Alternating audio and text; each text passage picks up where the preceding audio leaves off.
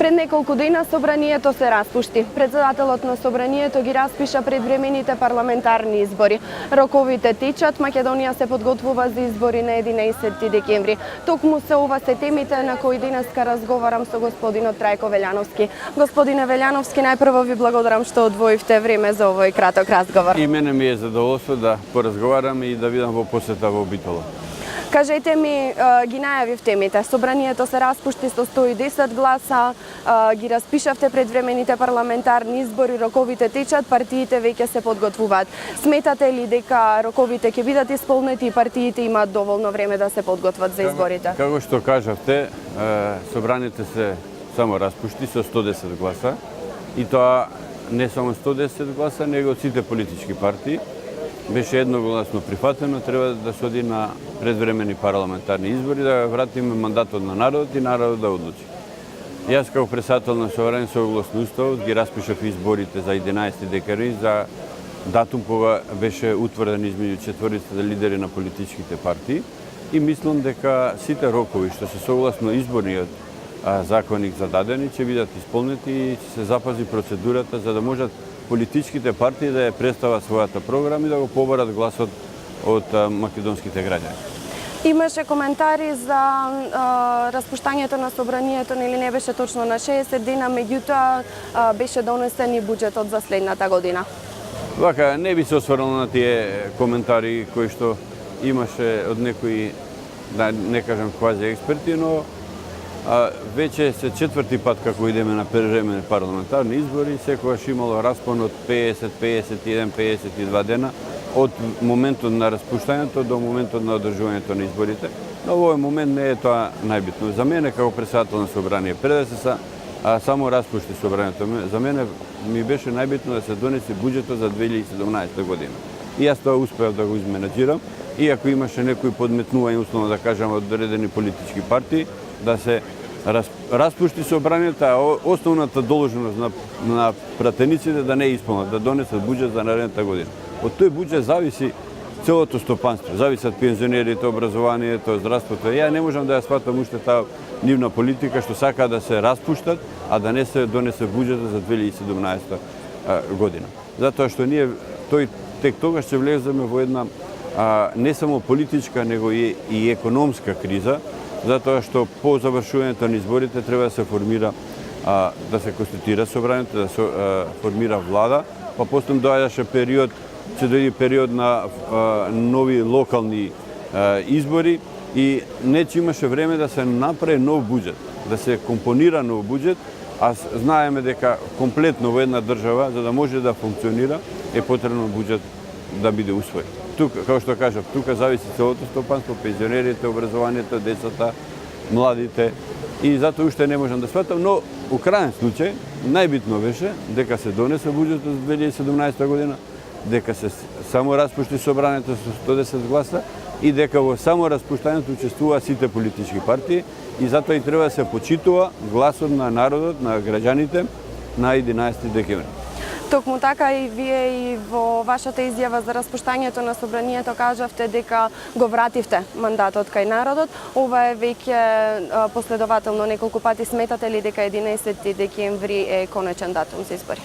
Не дека да сметам, него не смее да помисли некој да не биде 11 декември конечен датум за одржувањето на изборите и мислам дека е крај веќе во оваа политичка латентна криза која одредени политички партии константно е спроведува веќе година и пол.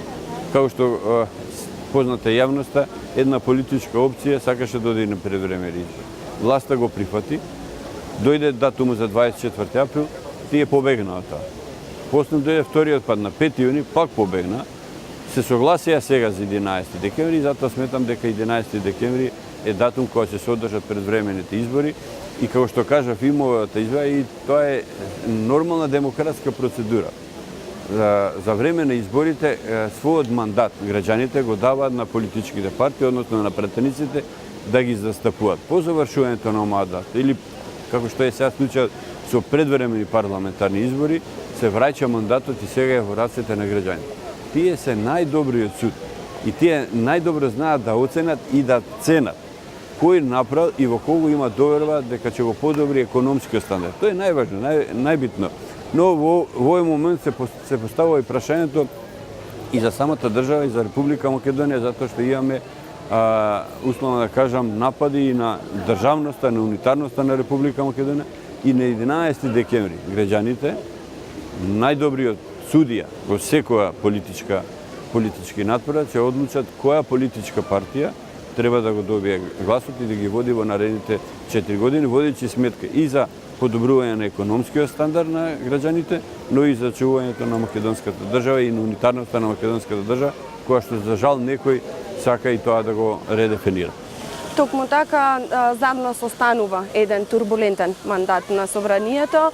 На 11 декември самите кажавте граѓаните ќе одлучат еден совет или порака до новиот парламент кој ќе го имаме после 11 декември.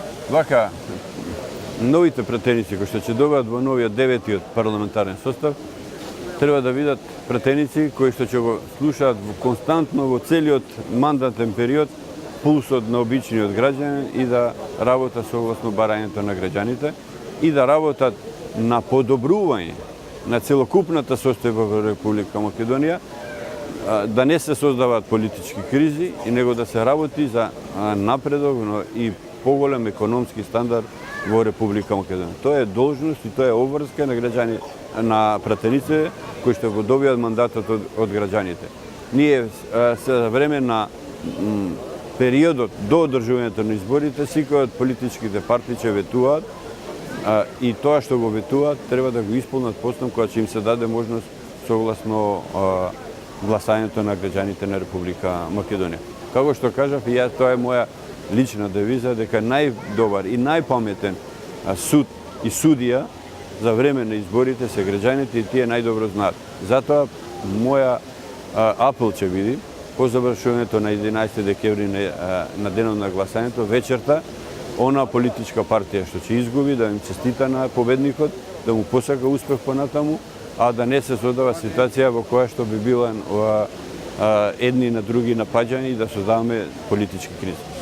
Токму така, пред самиот крај на овој денешен разговор, денеска сте во посета на Битола, кажете ми нешто повеќе околу оваа посета. Вака, јас секогаш кажувам дека најзначаен еден од двата најзначени градови во Република Македонија се Скопје и Битола. Тоа е столбот на културата Битола, столбот и исто така и на економијата во Западна Македонија. Битола е град кој што знае да пулсира согласно европските стандарди и секоја политичка опција треба да го почитува движењето, пулсот на граѓаните во Битола и јас се надевам дека во наредниот период Битола уште повеќе ќе добијат, затоа што и тоа го заслужува на сите полиња, и на полиња на економијата, на вработувањето, на инвестициите.